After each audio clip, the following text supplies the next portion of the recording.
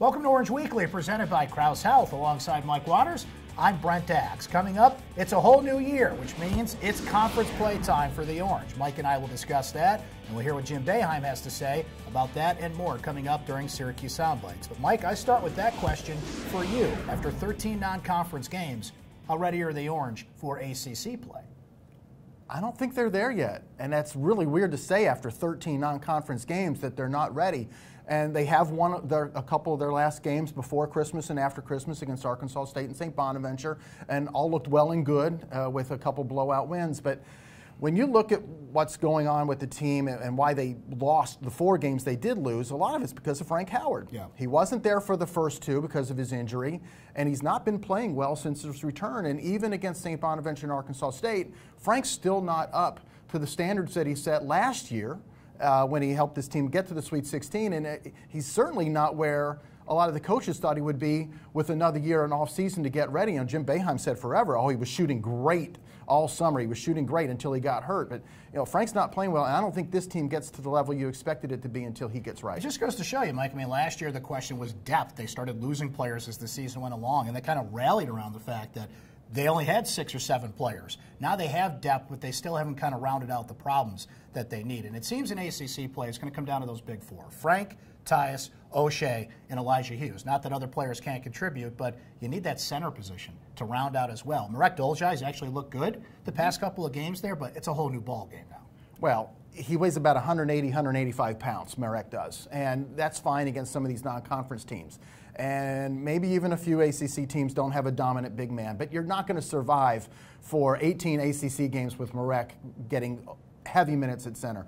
Pascal Chukwu, Barama Sidibe have to start contributing more. I write this in pencil, but given how Syracuse has been on the bubble the past few years here, do you have a sense of how college basketball has gone this year and what kind of ACC record they're going to need to feel safe on Selection Sunday? I'll give you a number of ACC wins, but only with a caveat first.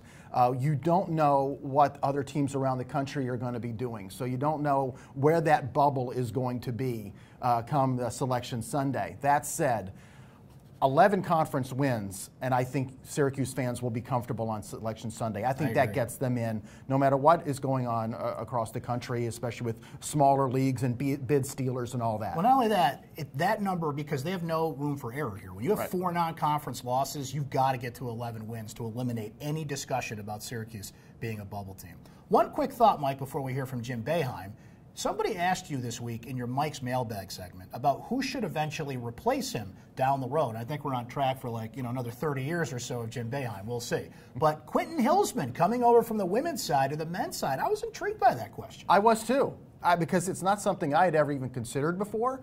Now, I don't think it'll happen. A lot of Q's background is on the women's side, so all his recruiting contacts, coaches he knows and stuff like that wouldn't carry over to being a men's coach. Right. But still, I think you have to give credit to the job that he's done in building the women's program up to heights that no one imagined here before he took over the job. He's done so well. It's an entertaining style to play. Oh, that's what I would love about it. That team plays fast. They shoot a lot of threes. They are really fun to watch. Yeah, so I thought it was an interesting question and one that was fun to throw out there. And, the one example, it has been done before. Speedy Morris at LaSalle back in the 80s and 90s coached both the men and the women. So, I thought the question was really cool, and I put it out there only, if nothing else, to give Q credit. Well, Jim Boeheim is still the head coach, certainly. Let's hear from him in Syracuse Soundbites. We need to run. We need to get up if we can. Some teams you won't be able to run on, but when you can get the opportunities, you got to take it. Jalen's still not learning. He's still walking, but he's a fast guy. He's got to learn to catch and move and get it down the court. These are really good game experiences for him. He needs them, and he's got to react better in games like this. Well, Mike, we talked generally about what Syracuse has to do in ACC play. I want to go back to those last 2 non-conference games against Arkansas State and St. Bonaventure. What were some encouraging signs you saw there that, yes, competition aside, maybe can carry over into conference play? I thought offensively, they looked better. Yes, we know Frank's offense wasn't quite there, but they were making shots. Elijah Hughes made shots. Of course, Tyus Battle didn't miss shots. 8 for 8 against St. Bonaventure was really an amazing performance. They survived without O'Shea.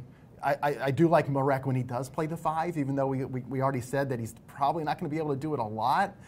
man, he makes that offensive change completely when he's at the 5. For me, it's Elijah Hughes. I think they're getting exactly what they need out of him. You mentioned it. He scored at least 15 points in 6 straight games. I think he's only going to get better as conference play goes, and he's that extra scorer, that extra man that Syracuse is really going to need in conference play. And it all starts in South Bend against Notre Dame. And, Mike, this is a 4-loss Irish team that Syracuse is playing. They have 4 losses as well. They dropped their ACC opener, Virginia Tech. They had 3 non-conference losses to Radford, Oklahoma, and UCLA. And Mike Bray's team's a little short-handed right now. Yeah, they've lost 2 guys to injury for the entire season, Rex Pfluger and Robbie Carmody, a freshman that they were hoping to get a lot out of. They didn't have another player, Nick DeJogo, for their opener against Virginia Tech, so they were down to just 7 available scholarship players for an ACC opener. Sounds like Syracuse I was about to last say, year. where have you heard that before? Yeah. Listen, Mike Bray can get it to work. A few years ago, he had a depleted roster, and he went to that burn offense. They still have some guys who can play, but this is a game Syracuse has to win. I know it's a road game, but if you're starting, we mentioned 11 conference wins in the previous segment. This has to be a win for Syracuse to get off and get to that 11-win mark. Not only that, Mike, this is on the road. There's a lot of home games to start off ACC play for the Orange. So getting off to a good 4-1-ish start in ACC play might really determine how Syracuse does when it comes time for March Madness. Well, that's it for Orange Weekly this week, presented by Krause Health. For Mike Waters, I'm Brent Axe. We'll talk to you next time.